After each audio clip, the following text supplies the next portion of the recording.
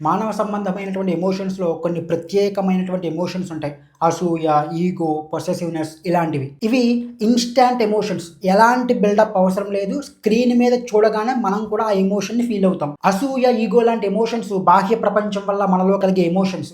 కానీ ప్రేమ అలా కాదు. మనలో పుట్టి మనలోనే అంతమవుతుంది. మనమే ప్రేమ, మనలోనే ప్రేమ. ఇలాంటి ప్రేమ అనే ఎమోషన్స్ అండ్ బయట నుంచి వచ్చే ఎమోషన్స్‌కి మధ్యన కాన్‌ఫ్లిక్ట్ వస్తే ఆ కథ చాలా హృద్యంగా ఉంటుంది. అలాంటి హృద్యమైన కథలను తెరకెక్కించడంలో దిట్ట మోహిత్ సూరి. మీకు గుర్తుంటే 'ఆషికీ 2' ఈ సినిమాలో ఈగోకి, ప్రేమకి మధ్యన క్లాష్‌ని అత్యద్భుతంగా తెరకెక్కించాడు మోహిత్ సూరి. ఇప్పుడు 'సయ్యారా' అనే మూవీలో సక్సెస్‌కి, ప్రేమకి లేదా జ్ఞాపకాలకి, ప్రేమకి మధ్యన ఉన్న క్లాష్‌ని మరీ 'ఆషికీ 2' అంతటి స్థాయిలో కాకపోయినా అంతే స్థాయిలో తెరకెక్కించాడు. ఈ సినిమా కథ ఏంటి అంటే వెరీ సెల్ఫ్ సెంట్రిక్‌గా తన సక్సెస్ మీద మాత్రమే కాన్సంట్రేట్ చేసే ఒక బడ్డింగ్ సింగర్ క్రిష్ కపూర్. ఒక వ్యక్తిని గాఢంగా ప్రేమిస్తే అతను తన స్వార్థం కోసం పెళ్లి రోజునే మోసం చేయడం వల్ల డిప్రెషన్ ఫీలింగ్‌లో ఉండే రైటర్ వాణి భర్త. ఇలా ఒక సింగర్, రైటర్ కలిసి వారి అవసరాల వల్ల తమ పాటల జర్నీని స్టార్ట్ చేస్తారు. అలా ఒకరిని ఒకరు అర్థం చేసుకుంటూ ఒక ప్రాసెస్‌లో గాఢమైన ప్రేమలోకి వెళ్తారు. కానీ హీరోయిన్‌కి ఆల్జైమర్స్ అంటే మెమొరీ పవర్ తగ్గిపోతూ ఉంటుంది. ఒకానొక క్షణంలో తను ఇప్పుడు ప్రేమిస్తున్న క్రిష్‌కి బదులు ముందు ప్రేమించిన మహేష్‌ని గుర్తుకు చేసుకుంటుంది. ఒక్కసారి ఊహించుకోండి, మీరు ప్రాణంగా ప్రేమించిన అమ్మాయి ఐ లవ్ యూ అని మీ పేరు చెప్పకుండా వేరే వాడి పేరు చెప్తే ఎలా ఉంటుంది? అది నరకం. ఆ బాధ వర్ణనాతీతం. ఇలాంటి క్లిష్టమైన ఎమోషన్స్ ఉన్న ఈ కథని దర్శకుడు హృద్యంగా చాలా సరళీకృతంగా తెరకెక్కించాడు. ఈ సినిమాలో ప్రతి చిన్న విషయంలో కూడా దర్శకుడి యొక్క టేస్ట్ కనిపిస్తుంది. Sets, properties, costumes, music, songs, visuals ఇలా ప్రతి దాంట్లో. ఈ సినిమాలోని ఒక సన్నివేశంలో హీరోయిన్ హిట్ సాంగ్కి, హార్ట్ టచింగ్ సాంగ్కి డిఫరెన్స్ చెప్తుంది. 100 మిలియన్ వ్యూస్ వచ్చినంత మాత్రాన హిట్ సాంగ్ అవుతుంది తప్ప గొప్ప సాంగ్ అవ్వదు. గొప్ప సాంగ్ అంటే మన మదిలో ఆ సాంగ్ అలా నిలిచిపోవాలి. ఇది దర్శకుడు లేదా రచయిత యొక్క గొప్ప ఆలోచన విధానాన్ని తెలియజేస్తుంది. ఈ సినిమాలో కొన్ని ఒరిజినల్ థాట్స్ ఉన్నాయి. అవేంటంటే హీరో, హీరోయిన్ ఇద్దరు కలిసి బండి మీద వెళ్తున్నప్పుడు హీరో తన స్వెటర్ని హీరోయిన్కి ఇలా గట్టిగా కడతాడు. అలాగే హీరో ప్రతిసారి కూడా హీరోయిన్ని చేయి పట్టుకుంటాడు. సేమ్ అలాగే రివర్స్లో హీరోయిన్ క్లైమాక్స్లో హీరో చేయి పట్టుకుంటుంది. ఒక సన్నివేశంలో హీరో, హీరోయిన్ ఇద్దరు కూడా క్రౌడ్లో ఉన్నప్పుడు క్రౌడ్ వాళ్ళని దగ్గరికి జరుపుతూ ఉంటారు. ఇది కేవలం క్రౌడే కాదు, వారిలో ఉన్న భావాలు కూడా వారిని దగ్గరకు చేరుస్తున్నాయి అన్నట్టుగా ఉంటుంది. ఇలాంటివి మంచి మంచి థాట్స్ ఈ సినిమాలో ఉన్నాయి. దర్శకుడు సినిమాని ఆథెంటిక్ అండ్ రియలిస్టిక్గా ఈ సినిమాని తీశాడు. అంటే నేను ఏ సెన్స్లో చెప్తున్నానంటే హీరో రియల్గా పరిగెడతాడు, హీరో రియల్గా బండి నడుపుతాడు, హీరో ఆథెంటిక్గా మ్యూజిక్ ఇన్స్ట్రుమెంట్స్ని వాయిస్తూ ఉంటాడు. పాడుతుంటూ ఉంటే లిప్ సింక్ చాలా పర్ఫెక్ట్గా ఉంటూ ఉంటుంది. అలాగే హీరో, హీరోయిన్స్ మధ్య వచ్చే ఆ ప్రేమ సన్నివేశాలు ఎంత రియలిస్టిక్గా ఉంటాయంటే మనం కూడా ప్రేమిస్తే బాగుంటుంది, మనకు కూడా ఒక లవర్ ఉంటే బాగుంటుందేమో, మనం కూడా ఇంత బాగా ప్రేమించగలమేమో, ఇలాంటి ఆలోచనలన్నీ కలుగుతూ ఉంటాయి మనలో. అలాగే హీరో, హీరోయిన్స్ మధ్య వచ్చే ఆ ఏకాంతాన్ని దర్శకుడు చాలా బాగా చూపించాడని నాకు అనిపించింది. ఎందుకంటే హీరోయిన్ అప్పటికీ మోడర్న్ లుక్లోనే ఉన్నప్పటికీ కూడా చాలా ట్రెడిషనల్ వేస్లో ఉంటుంది.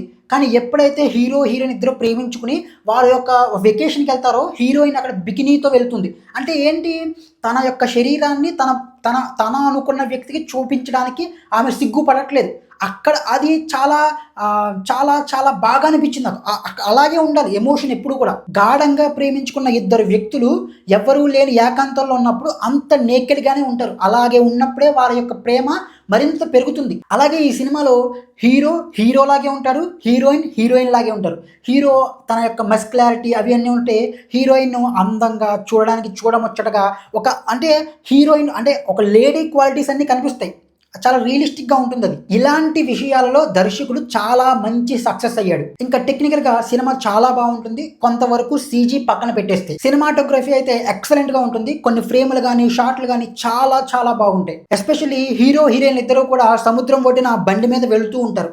ఫస్ట్ వేవ్స్ని చూపించి అక్కడి నుంచి వాళ్ళిద్దరిని చూపిస్తారు. ఆ షాట్ బ్రహ్మాండంగా ఉంటుంది. అలాగే మ్యూజిక్ కూడా చాలా బాగుంటుంది, సాంగ్స్ కూడా బాగుంటాయి, అండ్ బ్యాక్గ్రౌండ్ స్కోర్ కూడా చాలా బాగుంటుంది. టేస్ట్ ఉన్నటువంటి మ్యూజిక్ ఇది. బట్ నాకు అనిపించింది ఏంటంటే సాంగ్స్ని నేను ముందు ఎప్పుడు వినలేదు, సినిమాలో మాత్రమే విన్నాను.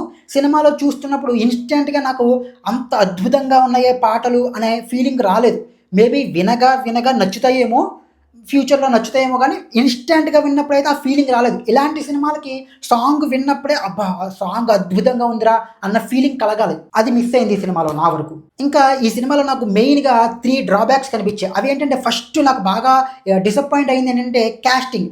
అంటే ఈ సినిమాకి ఇంకొంచెం మంచి కాస్టింగ్ ఉండుంటే, ఒక అద్భుతమైన నటన కనబరిచే వాళ్ళుంటే ఈ సినిమా ఇంకా ఎక్కడికో వెళ్ళేదేమో అన్న భావన నాకు కలిగింది. ఎస్పెషల్లీ హీరో ఒక చోట సాంగ్ పాడుతుంటాడు ఫైనల్ కాన్సర్ట్‌లో. పాడుతున్నప్పుడు నాకు 'రాక్ స్టార్'లో 'రణబీర్ కపూర్‌ని' చూస్తున్న ఫీలింగ్ కలిగింది. అతను సైడ్ ఫ్రేమ్ నుంచి చూస్తే అలాగే ఉన్నాడు. అండ్ అతని పర్ఫార్మెన్స్ కూడా అంత అద్భుతంగా ఏమి చేయలేదు. హీరోయిన్ అయితే చాలా క్యూట్‌గా, చాలా అందంగా ఉంది గానీ, ఇంకా పర్ఫార్మెన్స్ చేయగలిగే వాళ్ళైతే ఇంకా బాగా ఎలివేట్ అయ్యేదేమో ఎమోషన్ అన్న భావన కలిగింది. ఇంకా పక్కనే హీరో పక్కన ఫ్రెండ్ ఉంటాడు. అతనికి మంచి స్కోప్ ఉంది కానీ, అతని యొక్క పర్ఫార్మర్ కాకపోవడం వల్ల అంటే మెయిన్‌గా నా వరకు అనిపించింది ఏంటంటే, తండ్రి ఉంటుంది, తల్లి ఉంటుంది, ఫాదర్ క్యారెక్టర్‌లు ఉంటాయి, ఫ్రెండ్ క్యారెక్టర్‌లు ఉంటాయి, ఇంకా ర్యాప్ క్యారెక్టర్‌లు ఉంటాయి, పాపులర్ సింగర్ క్యారెక్టర్‌లు ఉంటాయి. ఇలాంటి చాలా క్యారెక్టర్‌లు ఉంటాయి. ఇవన్నీ ఏంటంటే ఒక మంచి కాస్టింగ్ ఉండుంటే కనుక ఈ సినిమా ఇంకొంచెం ఇప్పటికీ పెద్ద ప్రాబ్లమ్ ఏమీ కాదు గానీ, అంత పర్ఫార్మెన్స్‌ని ఎలివేట్ చేయలేకపోయారు ఇప్పుడున్న కాస్ట్. అది మెయిన్ మైనస్ కింద అనిపించింది నాకు. రెండవది, ఏ ప్రేమ సినిమాకైనా సరే హీరో, హీరోయిన్‌లు ఇద్దరు కూడా ఎలా ప్రేమలో పడుతున్నారన్నది చాలా చాలా ఇంపార్టెంట్. అది వర్కౌట్ అయితేనే సినిమా చాలా బాగా వర్కౌట్ అవుతుంది. అందున ఈ సినిమాలో హీరోయిన్‌కి ఆల్రెడీ ఒక డిప్రెషన్ ఉంది. ఆల్రెడీ ఒక అబ్బాయిని ప్రేమించి తన ఒక డిప్రెషన్‌లోకి వెళ్ళిపోయింది. తను మోసం చేయడం వల్ల. ఇప్పుడు అలాంటి అమ్మాయి ఇంకో వ్యక్తితో ప్రేమలో పడాలంటే అక్కడ సన్నివేశాల్లో ఎంత బలం ఉండాలి? ఈ సినిమాలో ఉన్న సన్నివేశాల్లో బలం ఉంది. కానీ నాకు అంత కన్విన్సింగ్ అనిపించలేదు. ఇంకా బలంగా ఉండాలి. ఆ అమ్మాయి అంత ఈజీగా ఇతన్ని ఎలా ప్రేమించేస్తుంది చూపిచ్చారు. అతని తండ్రితో ఏదో గొడవలున్నట్టు, అక్కడ ఈ సన్నివేశాలు ఈమె కాన్ఫిడెన్స్ తెప్పించినట్టు, వీళ్ళిద్దరూ కలిసి పాటలు రాస్తున్నట్టు, అవి కొన్ని సన్నివేశాలు రాశారు కానీ నాకు అవంత కన్విన్సింగ్ అనిపించలేదు. ఇంకా బలంగా ఉండాలి. ఒక ఒక ఒక అమ్మాయి ఒక అబ్బాయి చేతిలో మోసపోయిన తర్వాత మళ్ళీ ఇంకో అబ్బాయి ప్రేమలో పడాలి అంటే చాలా చాలా బలంగా ఉండాలి సన్నివేశాలు. ఆ బలం ఉంటేనే ఆ ప్రేమ అనేది ఎమోషన్ ఇంకా బాగా వర్కౌట్ అవుతుంది. అది కొంచెం తగ్గిందేమో అన్న భావన కలిగింది నాకు. నాకు పెద్ద మైనస్‌గా అనిపించింది ఈ సినిమాలో ఇంకొక విషయం ఏంటంటే క్లైమాక్స్.